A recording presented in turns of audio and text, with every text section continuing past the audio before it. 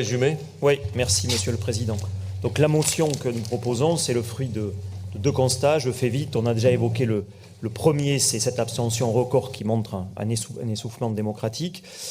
Le deuxième constat, ça a été aussi évoqué le fait que la communauté scientifique nous alerte sur le fait que c'est maintenant ou jamais, si on veut dévier le cours des choses. Et c'est ça le double enjeu, c'est comment on revitalise notre démocratie et comment on apporte des réponses politiques inédites dans une situation, elle aussi, sans précédent.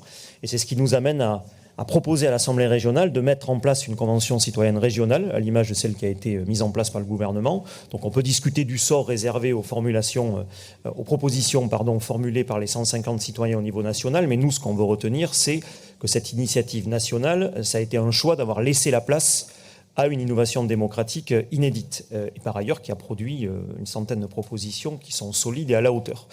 Les citoyens sont tirés au sort, vous le savez, dans ce type d'initiative, comme ça s'est fait au niveau national. Il faut qu'ils bénéficient d'éclairage scientifique.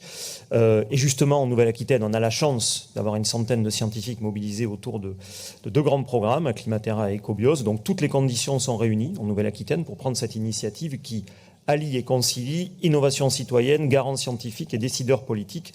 Et c'est l'esprit de ce que nous proposons via cette motion qui, si vous l'adoptez, permettra de mettre en place la première convention citoyenne régionale. Merci pour votre attention.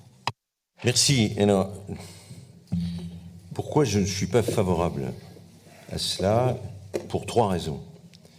D'abord, nous sommes la seule région qui, depuis 10 ans, a mobilisé 450 scientifiques sur l'objectivation, la connaissance, l'idée d'être un pont plus loin, ça s'appelle Ecobios, ça s'appelle Climatera.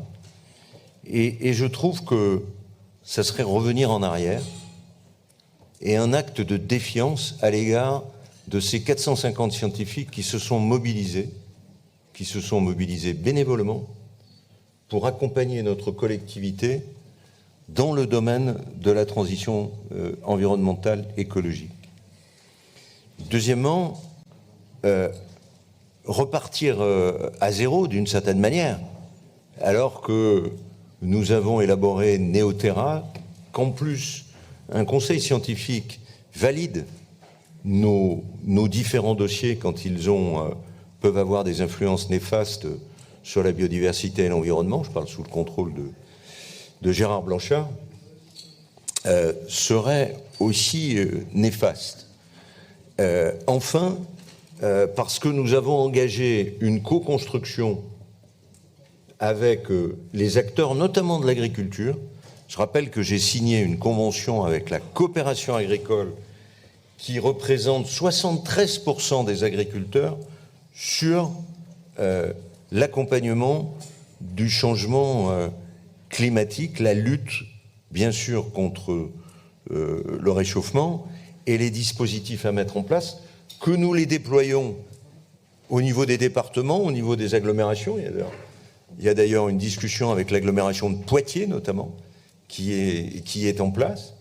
Donc j'avoue que ça... En fait, la réalité, je vois bien les arrière-pensées que vous pouvez avoir dans ce domaine-là, mais en tout cas, ça nous ferait régresser. Ça nous ferait régresser. Donc je ne propose pas à l'Assemblée d'adopter votre motion. Pardon, Monsieur le Président, juste une réponse à ce que vous dites.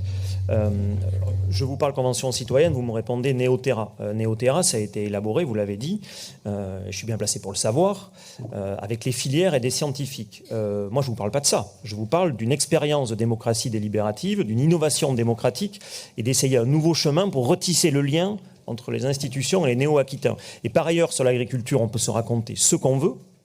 Les faits, rien que les faits. Les faits, c'est Nouvelle-Aquitaine, plus grande région agricole d'Europe, chiffre 31 décembre 2020, on était à 8% de surface en bio. Donc on peut se raconter, s'auto-satisfaire systématiquement, je pense qu'il y a un enjeu, mais je ne suis pas très surpris que vous me répondiez ça. Sur les surfaces en bio, je vous rappelle, mais vous le savez, que la Nouvelle-Aquitaine a doublé ses surfaces en bio dans la période précédente. Et que il ne s'agit pas, c'est peut-être cela qui pose débat entre nous, il ne s'agit pas de dire à un agriculteur « toi, demain, tu vas te mettre en bio », parce que ça ne marche pas comme ça. c'est de définir ce qu'est l'agroécologie et